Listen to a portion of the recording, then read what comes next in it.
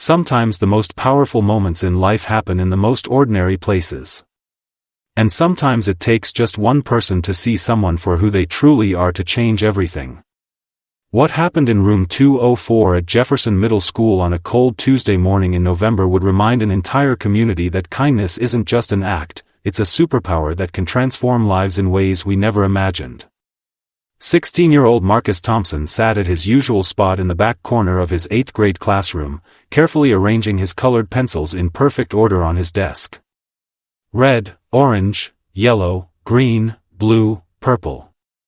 Always the same sequence. Always the same quiet routine that helped him feel safe in a world that often seemed too fast and too complicated for him to understand.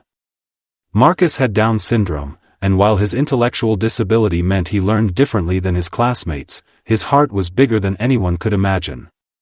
Every morning, he would arrive at school 30 minutes early, not because he had to, but because he loved walking through the empty hallways, greeting the janitor Mr. Rodriguez with a bright smile and an enthusiastic wave. Marcus saw beauty and friendship everywhere he looked, even when others couldn't see it in return. But lately, that beautiful heart of his had been carrying a heavy weight. As his classmates had grown older, the gap between Marcus and his peers seemed to widen like a river he couldn't cross. While they talked about dating and high school plans and weekend parties, Marcus still got excited about his favorite cartoon shows and collecting bottle caps. While they formed tight-knit friend groups and inside jokes, Marcus found himself eating lunch alone more and more often. The isolation was becoming harder to ignore, especially during group projects and partner activities. Teachers would assign pairs, and Marcus would watch hopefully as students quickly grabbed their friends, leaving him to be assigned to whoever was left. He could see the subtle eye rolls, the resigned sighs, the way some students would slow down their speech when talking to him as if he was much younger than his 16 years. His mother, Patricia Thompson, had noticed the change in her son. Where Marcus used to bound out of the car each morning with unstoppable energy, now he walked slowly toward the school entrance, his shoulders slumped and his usual smile dimmed. At home, he had stopped talking about his day with the same enthusiasm. When she asked about friends or fun moments, Marcus would just shrug and say everything was fine, but Patricia could see the loneliness in his gentle brown eyes. What Marcus didn't know was that someone had been watching him, really seeing him, for weeks. Emma Rodriguez, the daughter of Mr. Rodriguez the janitor, was a quiet 8th grader who had always been observant. She noticed things others missed, like how Marcus always held the door for people even when they didn't acknowledge him, how he would pick up trash in the hallway without being asked, and how his face would light up with genuine joy when anyone showed him even the smallest kindness. Emma had her own struggles with fitting in. As the daughter of a school custodian, she often felt like she existed on the edges of her middle school's social hierarchy. She wasn't popular or athletic or particularly outgoing, but she had something perhaps more valuable: she had empathy and she had courage, even if she didn't realize it yet. One particular Tuesday morning, Emma watched as their English teacher Mrs. Patterson announced a major group project for their unit on heroes and heroism. Students would work in teams of 4 to research a real-life hero and create a presentation about how that person had made a difference in the world. The classroom immediately buzzed with excitement as friends started forming groups. Emma watched Marcus hopefully raise his hand when Mrs. Patterson asked if anyone needed to be placed in a group. She saw the way his hopeful expression slowly faded as group after group filled up without including him. She watched him try to join a conversation with some classmates near his desk, only to have them politely but firmly explain that their group was already full. By the time Mrs. Patterson started assigning remaining students to groups, Marcus was one of only 3 people left without partners. That's when Emma made a decision that would change everything. She raised her hand and spoke up in her quiet but clear voice. "Mrs. Patterson, I'd like to work with Marcus. We want to research someone really special." The classroom fell silent for a moment. Emma's heart pounded as she realized every eye in the room was on her, but when she looked at Marcus, his face had transformed. His eyes were wide with surprise and gratitude, and the biggest, most genuine smile she had ever seen was spreading across his face. What happened next surprised everyone, including Emma herself. Two other students, Jake Sullivan and Mia Chen, approached their newly formed group. Jake was a star on the basketball team, confident and well-liked, while Mia was known for her artistic talents and kind heart. They asked if they could join Emma and Marcus's team. Later, Emma would learn that Jake's younger brother had autism, and he had grown tired of watching people underestimate kids with disabilities. Mia had been looking for an opportunity to work with Marcus all semester, remembering how kind he had been to her when she was new to the school the previous year and didn't speak much English yet. As their group of four gathered around a table, something magical began to happen. Emma suggested they research Dr. Temple Grandin, a woman with autism who became a renowned scientist and advocate. Marcus's eyes lit up when he heard about Dr. Grandin's work with animals and how she had turned her different way of seeing the world into a superpower that helped her make incredible contributions to science. But what truly amazed Emma, Jake, and Mia was how much Marcus brought to their project. His different perspective led to insights none of them would have considered. When they were struggling to understand how Dr. Grandin's visual thinking worked, Marcus drew a series of pictures that perfectly illustrated the concept. His genuine excitement about their hero was infectious, and his questions pushed them to dig deeper into their research. "Marcus, we need to make you the main presenter," Emma said during one of their planning sessions. "You understand Dr. Grandin's story better than any of us." Marcus looked uncertain. "I don't know if I'm good at talking in front of people. What if I mess up? What if they laugh?" Jake, who had spent years dealing with his own performance anxiety on the basketball court, looked at Marcus seriously. "You know what I've learned? The people worth impressing aren't the ones who laugh at someone for trying their best. They're the ones who recognize courage when they see it. And you, Marcus, have more courage than anyone I know." Over the next 3 weeks, their group met every day after school. Emma's father, Mr. Rodriguez, let them use an empty classroom, and he would often peek in to see the four students working together with an energy and collaboration that warmed his heart. He had watched his daughter struggle to find her place in school, and seeing her take the lead in including Marcus made him incredibly proud. As presentation day approached, word had somehow spread throughout the school about their project. Maybe it was because Jake had mentioned to his teammates how impressed he was with Marcus's insights. Maybe it was because Mia had shared with her art class friends about the amazing visual aids Marcus had created. Or maybe it was simply because genuine kindness has a way of rippling outward in ways we never expect. The morning of their presentation, Marcus arrived at school earlier than usual, his carefully prepared note cards in his backpack and his heart racing with nervous excitement. Emma met him at his locker, as she had done every morning since their group formed, and she could see the anxiety in his eyes. "You're going to be amazing today," she told him with a confidence that surprised them both. "Do you know why? Because you're not just presenting about a hero. You are a hero, Marcus. You see the good in everyone, you never give up, and you make everyone around you better just by being yourself." When their class period began, Mrs. Patterson announced that their presentation had drawn some unexpected guests. The principal, Mr. Davis, had asked to observe, along with a few other teachers who had heard about their project. Marcus felt his stomach drop, but then he felt Emma's reassuring hand on his shoulder and saw Jake's encouraging thumbs up and Mia's bright smile. Emma began their presentation with a powerful introduction about what makes someone a hero. Then Mia shared the artistic timeline they had created showing Dr. Grandin's life journey. Jake presented their research about her scientific contributions and how she had changed the livestock industry. And then it was Marcus's turn. Marcus stood up slowly, his note cards trembling slightly in his hands. He looked out at his classmates, at the teachers, at all the faces watching him expectantly.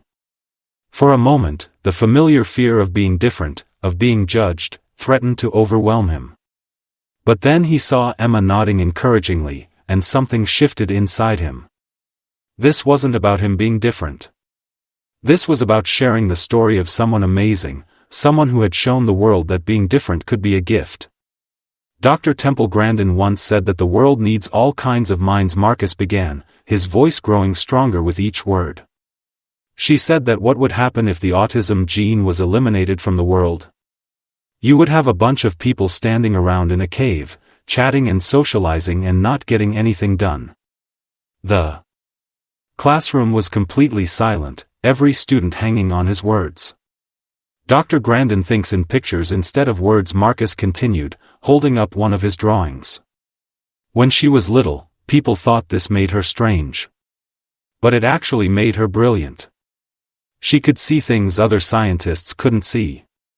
She could understand how animals think and feel because her brain worked differently.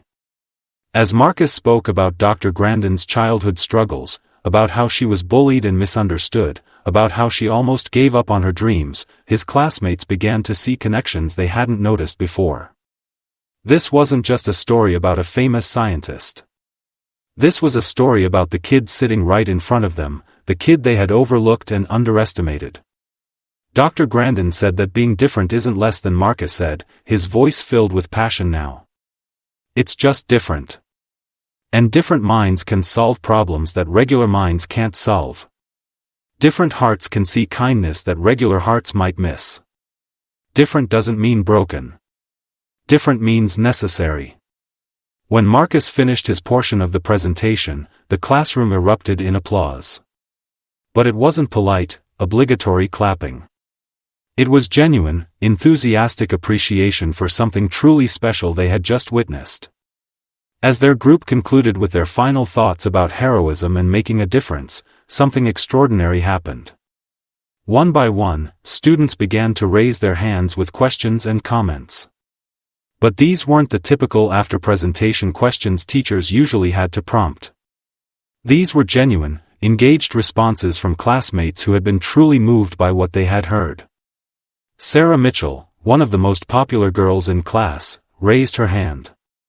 Marcus, I never realized how much we had in common. I also think in pictures sometimes, and I've always felt weird about it. Thank you for helping me understand that it's actually kind of cool.